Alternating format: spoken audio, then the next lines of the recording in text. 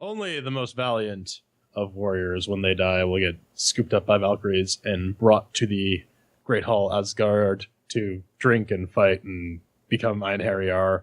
This person is not one of them, and they're the star of Jotun, Valhalla Edition, developed by Thunder Lotus Games. It's on the Unity engine. It is a wide gamut of prices, but it's around 15 of American wet stinkies. What is it? Jotun is a hand-drawn action exploration game set in Norse mythology. In Jotun, you play as Thora, no relation to Birch, a Viking warrior who died an inglorious death. You must prove herself to the gods to enter Valhalla. Impress the gods. We grabbed this for free last week, so if you want to buy that, it's a little too late now. But let's kick off the CHAIRQUISITION. 1 chair means that it's garbage, 2 chairs means that it's meh, 3 chairs means it's okay. It's pretty good, actually. 4 chairs means that it's awesome. We got a categories to do, mixed with working, shiny sounds, controls, fun, and oh my god, these robes are so fucking disgusting right now. Let's kick us off, Ben. Make with the working. Oh, over here melting as well, Brother Svang. On the Ubuntu 1604.1.2. whatever it is this week with an 8150 powered by a 980 displayed at UHD, which I didn't bother with this game because I just kind of played it when I was streaming it on Tuesdays. No issues. Nothing. I was looking for things. This thing survived me streaming and going into the game cold. Nothing exploded. Nothing blew up. Nothing really caught on fire. A little bit of smoke. That story for a different time. So, yeah, man. No issues. 4 chairs. Boom. Yeah, on Fedora 26, 64-bit with the i7-6700K, GTX 980, the NVMe SSD. Yeah, it's all good. No issues. Things worked when you pushed the buttons and it showed stuff on screen, so 4 chairs. Yeah, and over here with the AMD FX 8370E, the GTX 1080, and running on Ubuntu Mate 1604.2, I think it is nowadays. I did have one freeze, but that wasn't the game's fault. It was actually Steam that crashed, and the game was like, I don't know what to do, and it froze. But the game itself, it was fine. 4 chairs. All right, 4 chairs to mix with the working. Shiny sounds, Ben. How are your eyes doing? I can't see. It's too dark. He never actually said, hey, man, it's kind of really hard to figure out where I can and cannot go because lack of depth in this game. It's genuinely like running around on a flat surface. Also, minor annoyance. The character definitely seems to be missing a turning animation from going forward to going side. It's like click, click, click, which is very off-putting with the extremely, you look on the video, the hand-drawn fluid animation that you definitely see in this game. And when your main protagonist always has that kind of jerk motion to it. It's like, you really should have done something with that. Sounds, background noise, it's fine. And guess what? The narrator, completely legit. I like how it looks.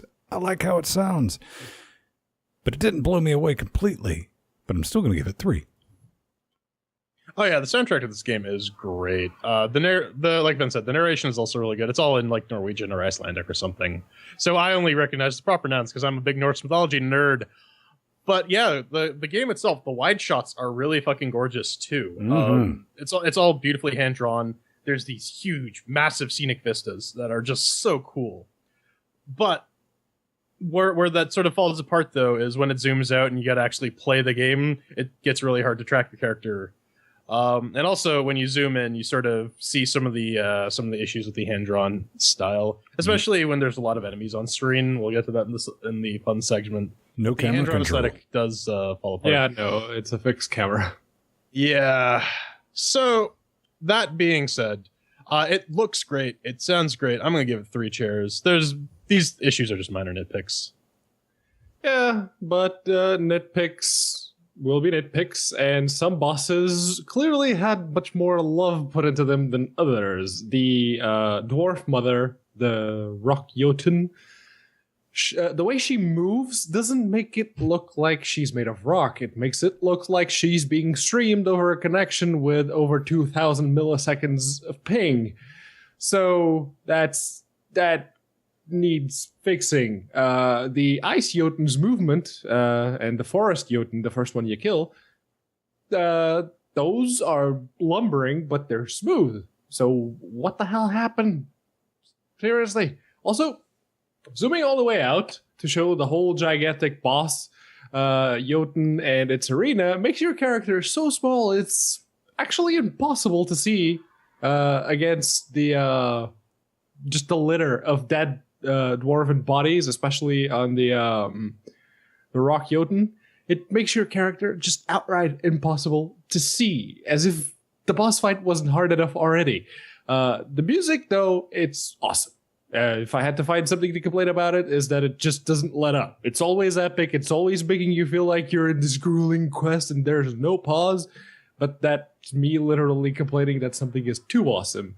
That should tell you just how jaded I've become with Steam games lately. So for Shiny and Sounds, gets 3 chairs. All right, well, that's 3 chairs for Shiny and Sounds then. Controls then. I didn't try it with anything other than my X-Clone controller. Poked it, everything moved, everything worked, everything was logically-ish laid out, easy enough to adapt to. I didn't have any of the issues these other 2 psychopaths had. So I can safely say, at least with my X-Clone controller, which is basically an Xbox controller without the branding on it, you're safe on that, and I can give it 4 chairs. Everything worked. I don't know what to say. Yeah, it's a Unity game, so everything worked out of the box. My issue came with there's weird delays when it comes to attacks, when it comes to moving and dodging, and it just kept screwing me over. And controls are one of the core underpinnings of having fun with the game. And when you have to do these crazy big fights where where you need to be very specific in where you are, and the controller doesn't really keep up, really doesn't do it for me. So technically everything works. There are some nitpicks, and this may just be some residual salt, but I'm just going to give it 2 chairs on control. Yeah, no, I had a few bullshit deaths because the game either glitches or cheats with certain boss fights. Because that's basically all you're doing in this game. You're just either running around or you're fighting bosses, but more on that later.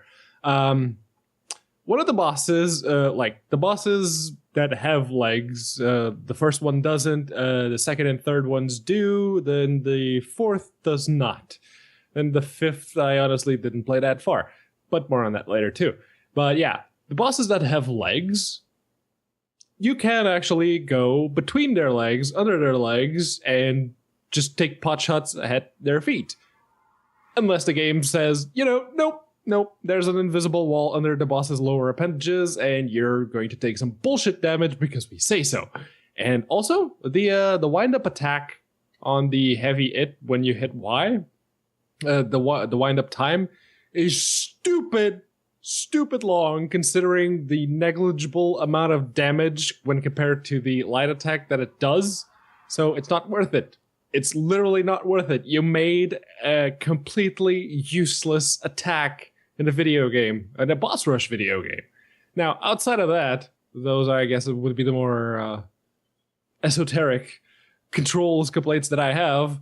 The more down-to-earth ones, Steam controller, work fine out of the box, so 3 chairs. Yeah, the wind-up attack too is more of an environment thing, and there's a specific power that supercharges it. But whatever, yeah, it's not that great by default. Anyways, that's 3 chairs for the controls. Let's round this out. Fun, Ben. Did you have fun playing Jotun? Well, it turns out, hey man, hey buddy, it turns out I really don't care for exploration games. I learned that about myself 95 minutes in, and I've noped a boss and a few dwarves.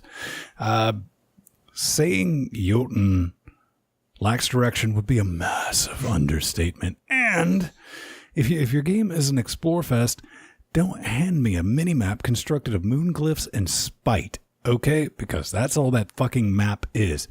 Combat, what little I could find, it's kind of boring as fuck and or all. You do get upgrades, and those upgrades come without any explanation as to what they do. What I really mentioned earlier, half your time is spent figuring out where exactly your character can walk, because you're just walking on a 2D plane, which it is pretty. And as Jordan pointed out, yeah, those backdrops when they pull out, it's gorgeously done. But there's no depth to the actual surface. you figure out where you can go just by kind of going around perimeters. And that gets extremely fucky and extremely annoying. Now, is it pretty? Absolutely. It's gorgeous. You know what? I'll give it that. But I'm only going to give it that because at the end of the day, take that shot. The only redeeming thing about Jotun for me was the price when it was on sale for the low cost of free 1 share. Ben, riddle me this. Did you end up playing the tree level at all? Yeah, the tree surfing? Yeah. Oh, wait. No, that I did.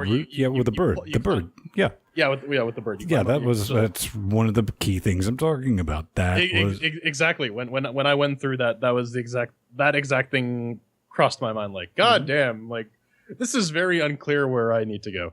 Especially, that map is fucking terrible because it doesn't tell you where you are in relation to it. So sometimes you're like, okay, I think I recognize this, which I guess kind of makes sense for a navigation game, but at least make that explicitly clear at the beginning and maybe have some more landmarks so you can actually identify where in the fuck you actually are. I have a little image in the review segment as well if you want to click on it. If you are watching this after the produced thing or you have access to the show notes, there are so many dead dwarves. Most of the enemies just go away after you kill them. Not the dwarves. I had literally killed all the fucking dwarves in Dwarfheim. And goddamn, they're just lying there. What does this game have against them? I don't know. The combat in this game can just eat a fucking bag of dicks. I managed to kill the flower troll after the 5th attempt. Once I figured out, oh, here's a spot that I can cheese and ignore her big attack. And after I killed her, one of her death throws killed my guy. I actually got the achievement for killing her, but I had to redo the entire thing. One more attempt later, I'm just like, yeah, screw this. That's about when I actually stopped playing. But the game does have redeeming qualities, because if you're a fan of Norse mythology like I am, there's lots of cool little things. You'll walk in and be like, oh, this is this place. And the narration will go, hey, this is this place. And you're like, yeah, I know what's going on. Some of the exploration bits are pretty cool too. Like when you're dealing with the bird or Jormungandr, the world serpent, where he comes up from under you and you gotta duck out of the way. But again, the controls sort of hamper that because you just get fucked because, oh, you're not in the exact spot you needed to be when the animation cycle started. Yeah, screw you. And these gameplay issues really, really rob the fun out of it. There's a good game in here, but you got to tighten up the controls and ease up on the bullshit because other than that, the best I can give you is 2 cheers. Yeah, no, I don't hate the game, and I wouldn't say it doesn't have direction. I mean, it literally has lit up arrows in Ginnungagap. You see a lit up arrow telling you where to go, so I guess it does have that. But I do have to agree with Ben because it's not an ideal game. The animation is spotty and outright missing in places. The controls are fine when the game isn't cheating like a motherfucker. The sound effects are all right for the most part, but they're nothing to write home about. The non-boss fight area scream. We thought the game was too short and had to pad it out a little bit, and that, especially that last bit, is what keeps me from actually enjoying Jotun. Now, sure, game length is important, especially if you're paying for it. But honestly, I'd rather have that bike that just screamed past. But I'd rather have a short yet intense boss run gaming experience. Just the boss fights. Just go from one boss fight to the other. Done. And then a longer game that feels unnecessarily padded and boring with random spurts of intense boss fighting action. No, that's kind of where Jotun ends up being. 2 chairs. All right, well, before the Vikers come and take Pedro away, I'll wrap this up. That's 1 chair for the fun segment. Tell us out to about 2 chairs for the final thing. Final thoughts, gentlemen, before we get out of these robes and attempt to re-solidify. I'm melting. That was actually 2 guys racing each other, which was kind of fun. That was I saw that coming, but I was going to warn you, but I'm me. That's basically that. If you need any further proof that this, and it's an older game, it's from 2013. Things have been 15. learned. 15. if you need any more proof that this game genuinely needs a lot of work and a lot more love done to it, which it's probably never going to get, Strider likes it. So that's all you need to know. Yeah, no, it's not a bad game by any means or measure. It's just boring and padded. Could be so much better if it weren't so padded. Empty, you mean?